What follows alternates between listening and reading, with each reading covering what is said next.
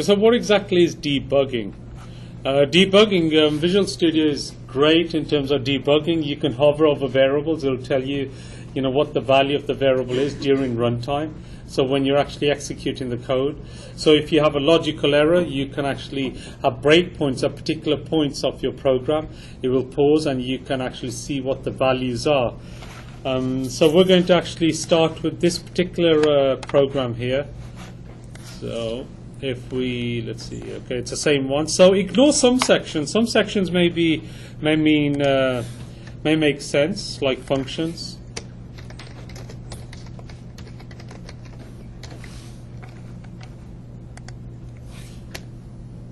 And we haven't yet touched on functions, but I'm assuming you guys all know what a function is. So let's just first run this program. When we run this,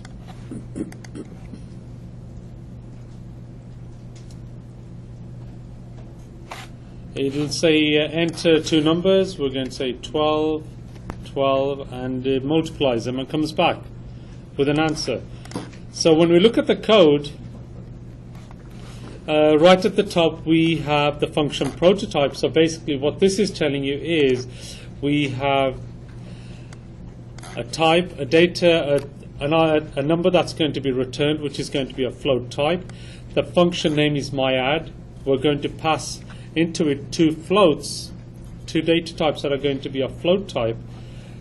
Now when we go into the code itself, what we have here is we have a character array. And if you can recall from Java, we have the index, so this will give us the size of the array. And don't worry about this right now. We are going to cover arrays. We'll get through that. So right now I'm just covering debug, so you guys understand how the debug part of Visual Studio works. Okay, then we have defined some variables which are float type. We see out a message which is going to be C message, and that's C message there. We then throw two numbers into fnum1 and fnum2. We then call a function or a method which is called myAdd, and we pass into it the two numbers that we typed in. Those two numbers are passed into our method here, which is myAdd. myAdd is going to return float, and then we assign those two numbers into x and y. Basically we're going to well, this is an addition. We're going to add x and y together, and we're going to return it. We're going to return a float.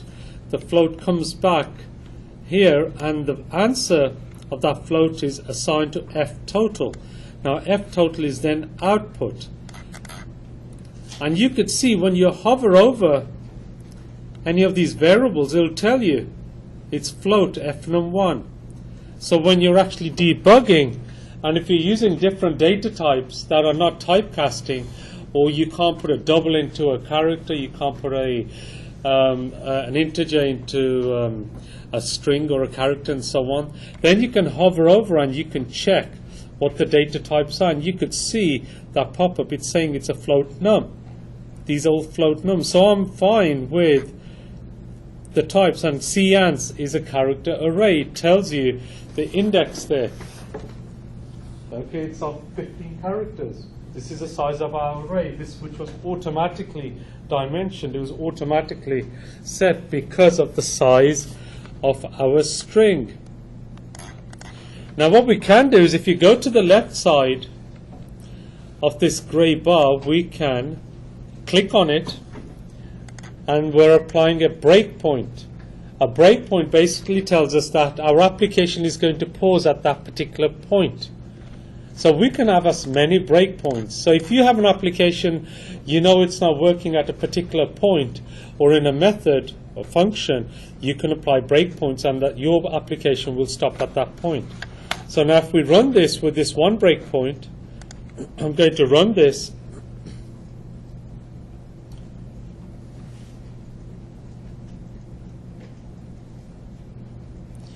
and it's going to execute, and we're going to see, please enter two numbers. I'm going to enter 1 and 10. And now, what you may have noticed at the bottom, it stopped at this particular line. It stopped. Now at the bottom, it tells you the variables we have. We have fnum1, fnum2, and it gives us the value. It's of double type. You could see it's 1 decimal point and it's a large number. fnum2 is 10. It's a double type. It's a float type, sorry. And ftotal, we haven't actually come to the conclusion of what ftotal is because we have not calculated this particular line here. We haven't called the method. So you can stop it at any point. In addition to that, having the values at the bottom, we can hover over it. And when you hover over it, you can pin. We can pin these variables, and it'll actually stay there. So next time you run it, we'll see what the value of this is going to be if it changes. And you can even type in a comment there if you like. So if you're working on a large project, you could type comments, and which will allow you to remember. So you could say, I tried 212. Gave me incorrect number, for example. And now you can keep track in terms of identifying your logical error as opposed to more of a syntactical error. So now if we want to continue this, right at the top we have step into, we can step over, or we can step out. Step into basically we'll call step into this method, and you can continue line by line. So we're going to step into, and we can also go over and see if any of these values have changed. Step into, and we can see now if, and we'll continue stepping into it, and this time it should tell us what ftotal is. Let's go back into that. Step into, now ftotal. There's 11, ftotal is now 11. Or we can just say, continue playing. Break, access violation. Let's see what happened here. Back to this, we were generally stepping into. You can step over. So stepping over will generally just execute everything, and you will see at the bottom how the values change.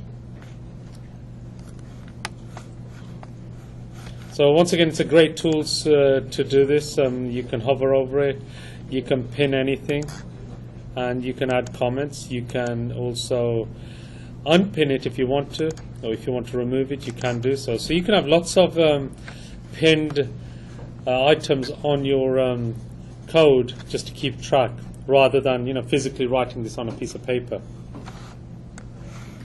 So moving forward,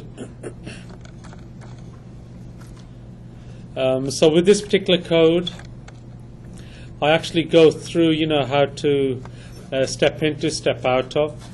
Also with the array, in the earlier example, it'll actually show you in terms of the index what item is on which particular index, and you can scroll through that, and you can also see if it's been populated or if it has not. So this section tutorial does take care of that. There is an exercise to catch that bug, so I would like you guys to in your own time to make sure you do this and get familiar with identifying errors in code.